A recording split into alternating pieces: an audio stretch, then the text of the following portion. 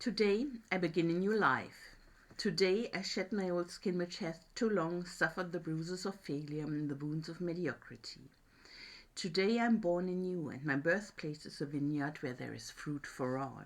Today I will pluck grapes of wisdom from the tallest and tallest vines in the vineyard, for these were planted by the wisest of my profession, who have come before me, generation upon generation. Today I will savor the taste of grapes from these vines, and verily, I will swallow the seed of success buried in each, and new life will sprout within me.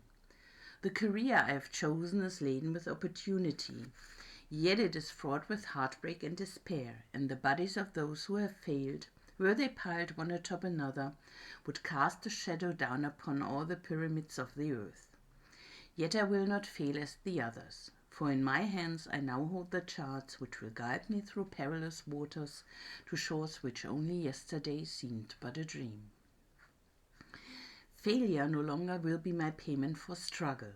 Just as nature made no provision for my body to tolerate pain, neither has it made any provision for my life to suffer failure. Failure, like pain, is alien to my life. In the past I accepted it as I accepted pain. Now I reject it, and I am prepared for wisdom and principles which will guide me out of the shadows into the sunlight of wealth, position, and happiness, far beyond my most extravagant dreams, until even the golden apples in the garden of Hesperides will seem no more than my just reward.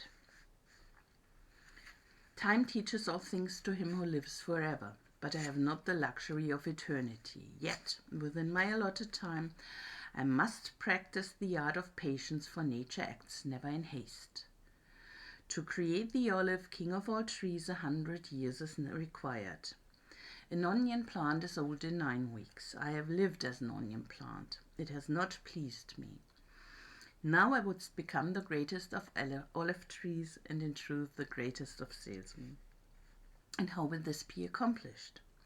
For I have neither the knowledge nor the experience to achieve greatness, and already I have stumbled in ignorance and fallen into pools of self-pity.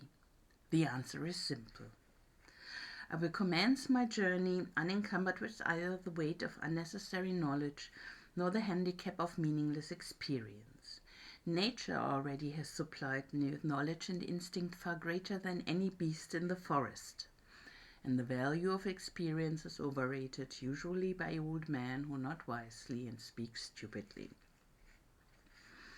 In truth, experience teaches thoroughly, yet her course of instruction devours men's years, so the value of her lessons diminishes with the time necessary to acquire her special wisdom. The end finds it wasted on that man. Furthermore, experience is comparable to fashion. An action that proved successful today will be unworkable and impractical tomorrow. Only principles endure, and these I now possess, for the laws that will lead me to greatness are contained in the words of these scrolls. What they will teach me is more to prevent failure than to gain success. For what is success other than a state of mind? Which two among 1,000 wise men will define success in the same words?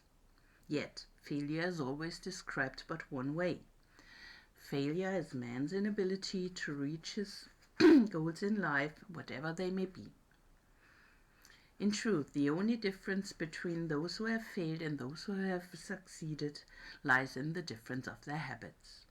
Good habits are the key to all success. Bad habits are the unlocked door to failure.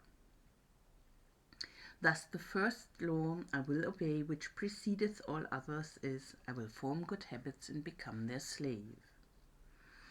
As a child I was slave to my impulses. Now I am slave to my habits as are all grown men. I have surrendered my free will to the years of accumulated habits, and the past deeds of my life have already marked out a path which threatens to imprison my future.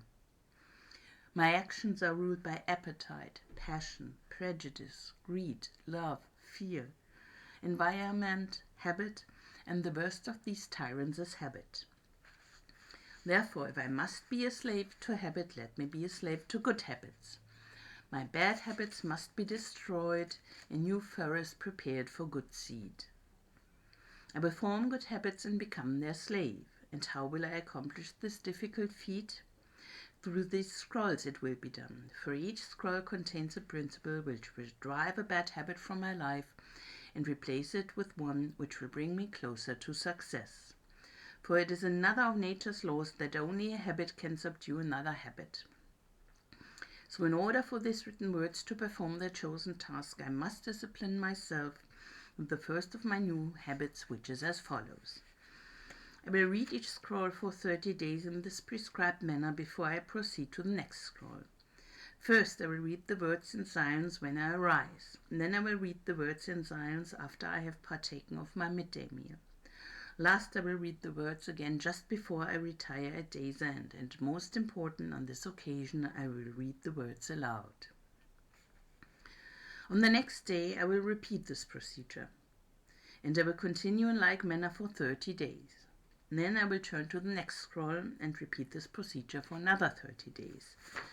I will continue in this manner until I have lived with each scroll for 30 days and my reading has become habit. And what will be accomplished with this habit? Herein lies the hidden secret of all men's accomplishments. As I repeat the words daily, they will soon become a part of my active mind. But more important, they will also seep into my other mind. That mysterious source which never sleeps, which creates my dreams, and often makes me act in ways I do not comprehend.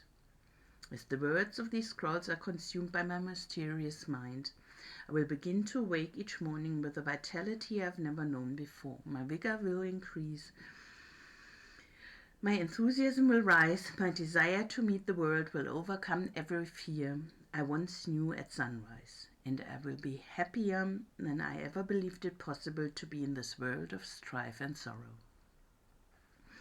Eventually, I will find myself reacting to all situations which confront me as I was commanded in the scrolls to react.